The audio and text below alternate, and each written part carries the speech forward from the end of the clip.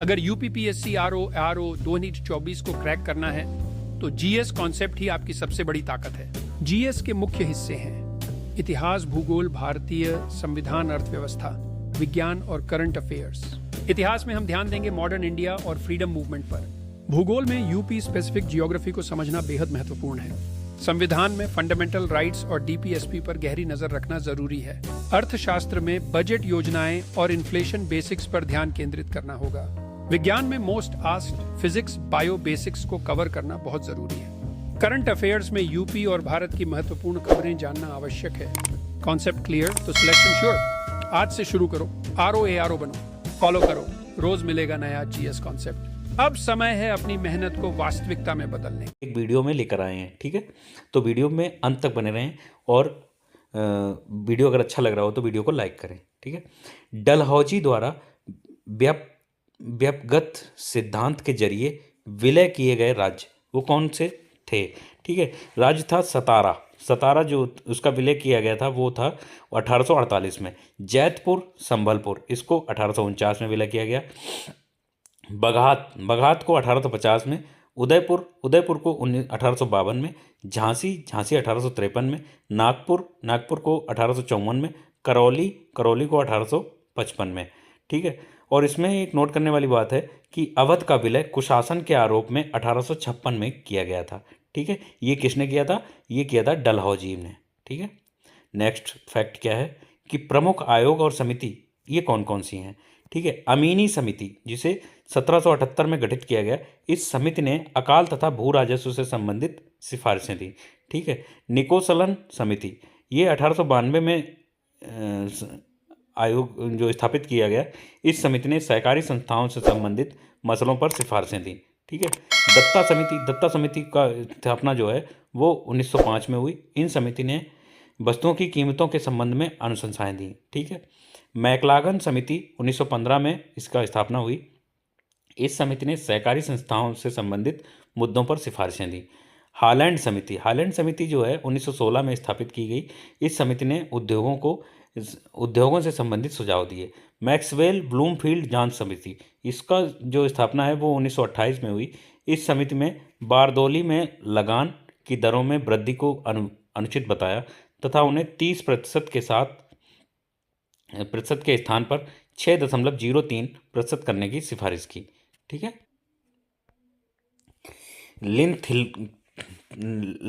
Lithgow आयोग जो कि 1928 में स्थापित हुआ, इस आयोग ने भारत में भूमि सुधारों के संबंध में सुझाव दिए।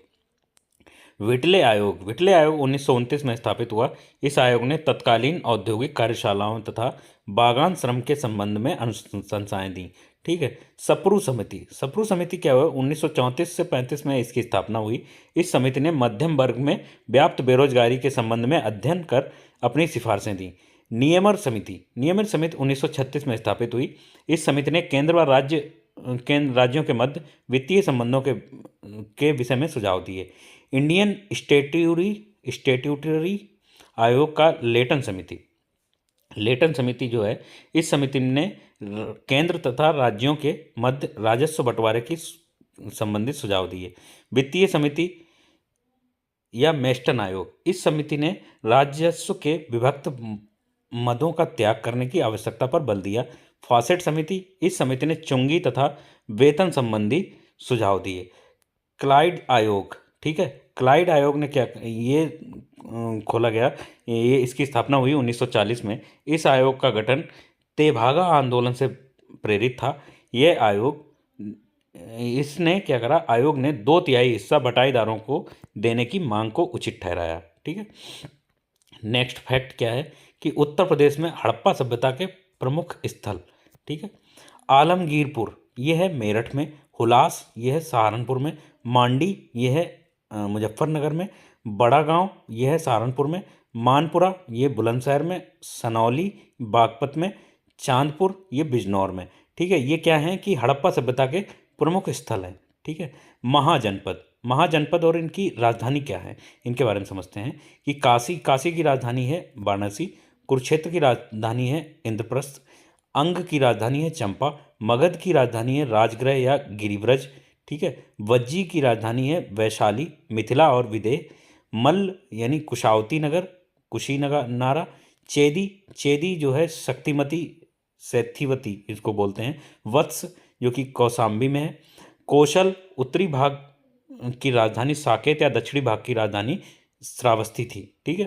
पांचाल की राजधानी जो है, उत्तरी पांचाल की राजधानी आइछत्र तथा दक्षिण पांचाल की राजधानी काम्पिल्य थी। ठीक है। सूरसेन की राजधानी मथुरा, मत्स्य की राजधानी विराटनगर, अस्सक की राजधानी पोतन या पाटेली, अवंती की राजधानी उत्तरी की राजधानी उज्जैनी तथा दक्षिणी अवंती की राजधानी महिष्मती।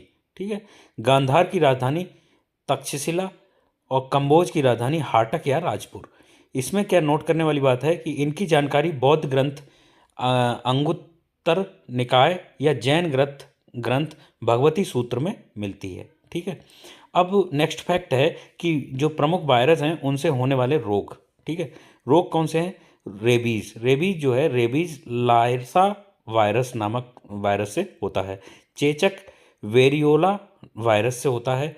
सामान्य जुकाम जो होता है रेनो वायरस होता है। हेपेटाइटिस, हेपेटाइटिस जो है hepatitis A virus, hepatitis B virus, hepatitis C virus के नाम से होता है।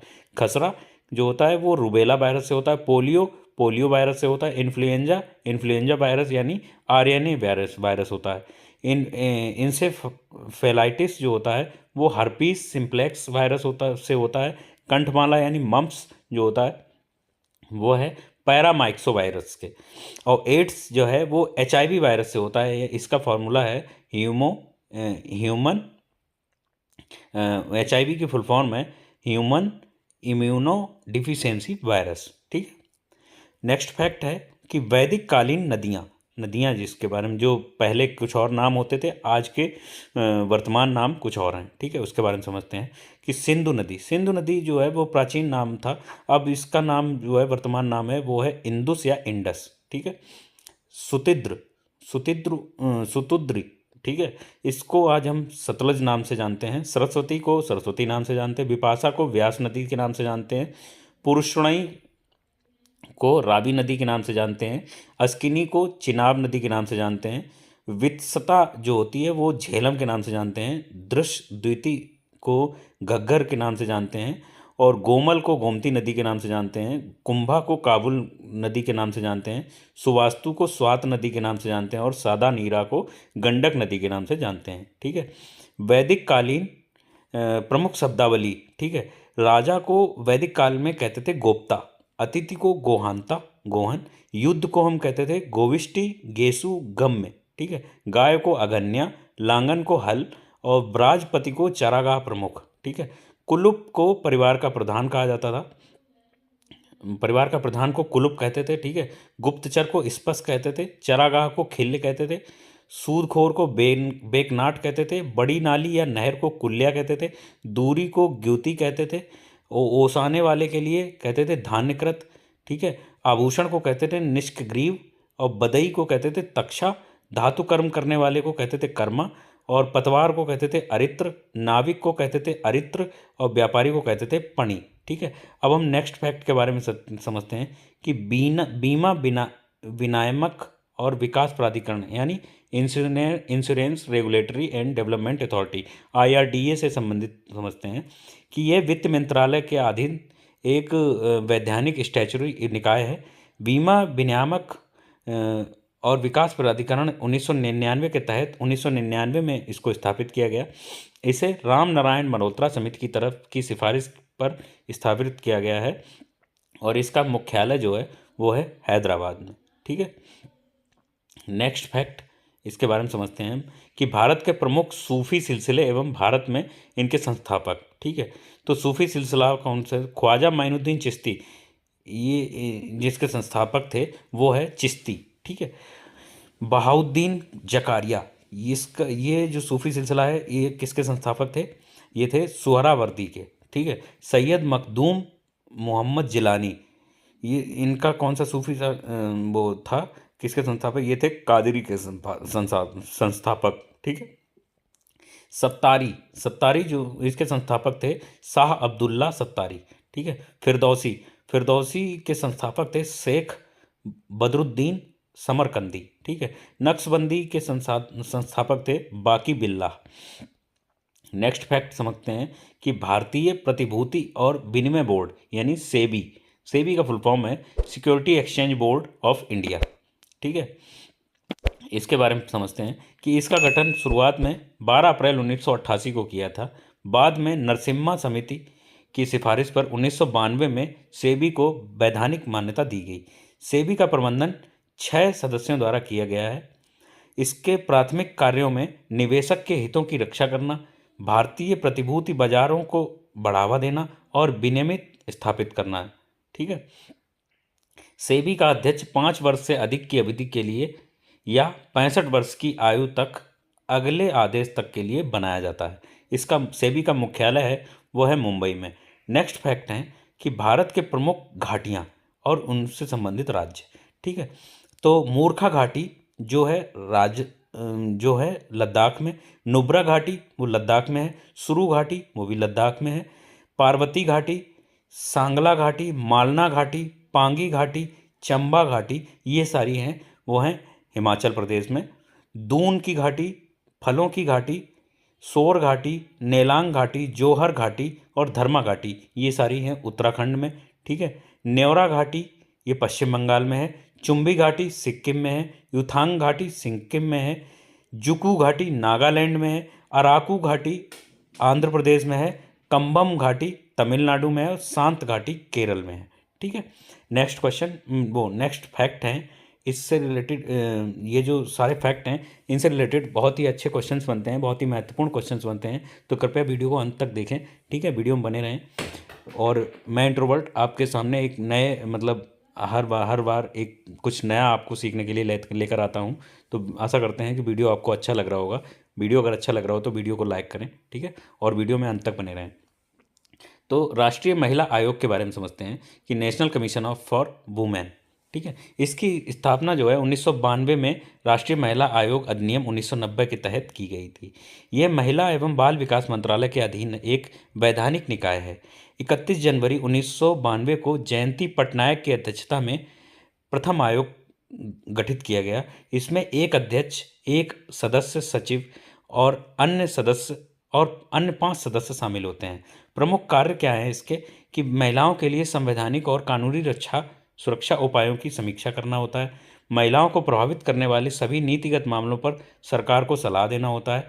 इसे सिविल न्यायालयों की शक्तियां प्राप्त होती हैं। किसको होती हैं? ये होता है कि राष्ट्रीय महिला आयोग को। ठीक है, नेक्स्ट फैक्ट क्या है कि ब्रिटिश काल में बने प्रमुख आयोग। ठीक है, तो आयोग कौन से बने थे ब्रिटिश काल में और उनके क्षेत्र कौन से थे? ठीक है, तो कैंपवेल आयोग जो कि 1866 में बना, ये था इसका क्षेत्र अकाल। ठीक है, स्ट्रेची कमीशन ये 1878 में बना, ये इसका क्षेत्र भी अकाल था। वेलबी आयोग ये 1895 में बना, इसका जो क्षेत्र था वो था व्यय। लायल आयोग जो 1896 में बना, इसका क्षेत्र था अकाल। मैकडॉनेल आयोग जो था वो 1900 में बना और इसका क्षेत्र था अकाल। ठीक है, कॉलिन स्कॉट मैनक्रीफ आयोग जो बना 1901 में, इसका क्षेत्र था सिंचाई। और थॉमस रॉबर्टसन आयोग उन्होंने बनाया 1901 में, इसका क्षेत्र था रेलवे। एंड्रू फेजर आयोग जो 1902 से 1903 में बन जाके बना, इसका क्षेत्र था पुलिस। ठीक है, बटलर समिति जो 1927 में बनी, इसका क्षेत्र था भारत सरकार एवं देसी रियायतों के बीच संबंध सुधारना। ठीक है, अब नेक्स्ट फैक्ट पढ़ते हैं मुगल कालीन के प्रमुख साहित्य। ठीक है, और साहित्य और उनके लेखक समझते हैं कि बाबरनामा लिखा है वो किसने लिखा है? बाबर ने। आईना ए अकबरी लिखा है वो लिखा है अबुल फजल ने। अकबरनामा लिखा है अबुल फजल ने। ठीक है, मुंतखाब एवं तवारीख ये लिखा है बदायूनी ने। हुमायूं नामा लिखा है गुलबदन बेगम ने। पादशाह नामा लिखा है अब्दुल हमीद लाहौरी ने। ताजुल मासिर ये लिखा है हसन निज़ामी ने। और कानून हुमायूनी ये लिखा हुआ है ख्वांद मीर ने। तबकाते अकबरी ये लिखा है निज़ामुद्दीन अहमद ने। नुस्खा ए दिलकुशा लिखा है भीमसेन ने। तारीख़ शेरशाही ये लिखा हुआ है अब्बास खां सरवानी ने। तोहफ़ा ए अकबर ये लिखा अब्बास खां सरवानी ने। और आलमगीर नामा ये लिखा हुआ है मिर्ज़ा मोहम्मद काजिम ने। ठीक है। सियार उल मुतखरीन ये लिखा हुआ है गुलाम हुसैन ने। ठीक है। आलमे सालेह मोहम्मद सालेह ने लिखा है। शहंशाह नामा लिखा हुआ है इनायत खान ने। इकबाल नामा लिखा है ए जहांगीर मोतमिन ने। और चहार चमन ये लिखा हुआ है चंद्रभान ब्राह्मण ने। फुतुहात ए आलमगीरी ये लिखा हुआ है ईश्वर दास ने। ठीक है। अब हम पढ़ते हैं नेक्स्ट फैक्ट की तरफ। ये फैक्ट बहुत ही महत्वपूर्ण है। इससे रिलेटेड यूपी ट्रिपल एससी का जो एग्ज़ाम्स होते हैं उनमें भी बहुत सी क्वेश्चंस आ चुके हैं। ठीक है। तो भारतीय दूरसंचार विनियामक प्राधिकरण यानी ट्राई के बारे में समझते हैं। इसकी स्थापना 1997 में ट्राई एक्ट 1997 के तहत की गई। यह संचार मंत्रालय के अंतर्गत एक वैधानिक निकाय है।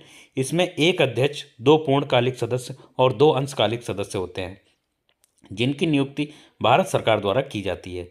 अध्यक्ष और अन्य 3 सदस्य 3 वर्ष की अवधि के लिए या 65 वर्ष की आयु जो भी पहले हो तक अपने पद पर बने रहेंगे। ठीक है। इनका कार्य क्या होता है? कार्य जो होता है टैरिफ के निर्धारण, संशोधन सहित दूरसंचार सेवाओं को विनियमित करते हैं। इनका मुख्यालय जो है वो है नई दिल्ली में। नेक्स्ट फैक्ट क्या है कि भारतीय खाद्य सुरक्षा एवं मानक प्राधिकरण, फसाई जिसको बोलते हैं, ठीक है, इसकी स्थापना खाद्य सुरक्षा एवं मानक अधिनियम 2006 के तहत 2008 में की गई। ठीक है। यह स्वास्थ्य एवं परिवार कल्याण मंत्रालय के अंतर्गत एक वैधानिक निकाय है। इसमें एक अध्यक्ष जो कि 3 साल या 65 साल तथा 22 अन्य सदस्य जो कि 3 या 62 साल ईयर के होते हैं। इनमें से 1/3 महिलाएं होनी चाहिए। ठीक है। ये 3/65 और 3/62 का मतलब है या तो 3 साल रहेंगे या फिर जिसकी 65 साल जिसकी उम्र हो जाएगी उतने तक रहेंगे। ठीक है। कार्य इनका क्या होता है कि खाद्य पदार्थों के लिए मानक निर्धारित करना और मानव उपभोग के लिए सुरक्षित और पौष्टिक भोजन की उपलब्धता निश्चित करने के लिए इनका कार्य होता है। और उनके निर्माण, भंडारण, वितरण, बिक्री और आयात को विनियमित करते हैं। ठीक है। इसका मुख्यालय है नई दिल्ली। नेक्स्ट फैक्ट है कि प्रमुख वैज्ञानिक उपकरण और उनके अनुप्रयोग। ठीक है। उपकरण क्या है कि एमीटर का जो है वो उसका उपयोग होता है, विद्युत धारा मापक यंत्र होता है। एनीमोमीटर वायु वेग मापी होता है। ऑडियोमीटर ध्वनि की तीव्रता नापी जाती है। बैरोमीटर वायुमंडलीय दाब मापी यंत्र होता है। क्रायोमीटर अति निम्न ताप को नापने के लिए यूज किया जाता है। क्रेस्कोग्राफ जो होता है पौधों की वृद्धि को नापने वाला उपकरण होता है। डायनेमो जो होता है वो यांत्रिक ऊर्जा को विद्युत ऊर्जा में परिवर्तित करने वाला उपकरण होता है। इंडोस्कोप जो होता है वो शरीर के आंतरिक भागों का निरीक्षण करने वाला यंत्र होता है। फेदोमीटर सागर की गहराई नापने की युक्ति होती है। जायरोस्कोप जो होता है वो होता है कोणीय वेग को नापने वाला यंत्र होता है। हाइड्रोमीटर जो होता है वो द्रवों और जल के तुलनात्मक घनत्व को नापने वाला यंत्र होता है। हाइग्रोमीटर जो है वो वायुमंडल की सापेक्षिक आर्द्रता का मापन करने वाला यंत्र होता है। काइमोग्राफ जो होता है वो विभिन्न शारीरिक गतिविधियों जैसे रक्तचाप, मांसपेशियों का संकुचन आदि के परिवर्तन का ग्राफ में रेखांकन करने वाला उपकरण होता है। ठीक है। लैक्टोमीटर क्या होता है कि दूध की गुणवत्ता का पता लगाने के लिए आपेक्षिक घनत्व का मापन करने वाला यंत्र होता है। ठीक है। लक्समीटर क्या होता है कि प्रकाश की तीव्रता को नापने वाला उपकरण होता है। मैनोमीटर जो होता है वो द्रवों या गैसों के दाब को नापने वाला यंत्र होता है। पिक्नोमीटर जो होता है वो होता है कि द्रवों के विशिष्ट गुरुत्व का मापन करने वाला यंत्र होता है। पायर हिलियोमीटर जो होता है वो सौर विकिरण का मापन करने वाला यंत्र होता है। स्फिग्नोमैनोमीटर जो होता है वो रक्तचाप का मापन करता है। स्टेथोस्कोप जो होता है वो करते हैं, इससे क्या करते हैं कि हृदय गति में सुनने में प्रयुक्त यंत्र होता है। पायरोमीटर विकिरण तापमापी होता है। सिस्मोग्राफ क्या होता है भूकंपीय तरंगों का मापन करता है। और रिंगले मैन स्केल जो धुआं होता है उसको नापने का काम आता है। रिक्टर पैमाना से हम भूकंपीय तीव्रता की मापन करते हैं। रेक्टिफायर क्या होता है कि एक विद्युत युक्ति होती है जो प्रत्यावर्ती धारा या अल्टरनेटिंग करंट एसी को दुष्ट धारा या डायरेक्ट करंट में परिवर्तित करती है, उसको कहते हैं रेक्टिफायर। ठीक है। अब नेक्स्ट फैक्ट की तरफ बढ़ते हैं हम। नेक्स्ट फैक्ट क्या है कि प्रमुख हीनताजन्य रोग यानी डिफिशियंसी डिसीज। ठीक है, रोग क्या है और उनके कारण क्या है उसके बारे में समझते हैं कि एनीमिया, एनीमिया यानी रक्तक्षीणता, इसको ये होता है लौह की कमी, मतलब लोहे की कमी के कारण। ठीक है, ग्वाइटर, ग्वाइटर यानी घेंगा, घेंगा जो होता है वो आयोडीन की कमी के कारण होता है। मैरेस्मस, मैरेस्मस क्या होता है कि दीर्घकालीन उपवास के कारण प्रोटीन सहित ऊर्जा के सभी स्रोतों का अभाव हो जाता है। ठीक है, उसके कारण होता है मैरेस्मस नामक रोग। ठीक है, क्वासिओरकर यानी सूखा रोग, इसको तो ये होता है कि प्रोटीन की अल्पता यानी प्रोटीन की कमी हो जाती है, उसकी वजह से शिशुओं में जो है क्वासिओरकर नामक डिसीज़ हो जाती है। ठीक है, मुर्गियों में रिकेट्स, रिकेट्स क्या होता है कि विटामिन डी की कमी की वजह से रिकेट्स की बीमारी होती है। मवेशियों का मैड काऊ रोग, मवेशियों मतलब जानवरों में जो होता है मैड काऊ रोग हो जाता है, वो किस कारण होता है कि प्रायंस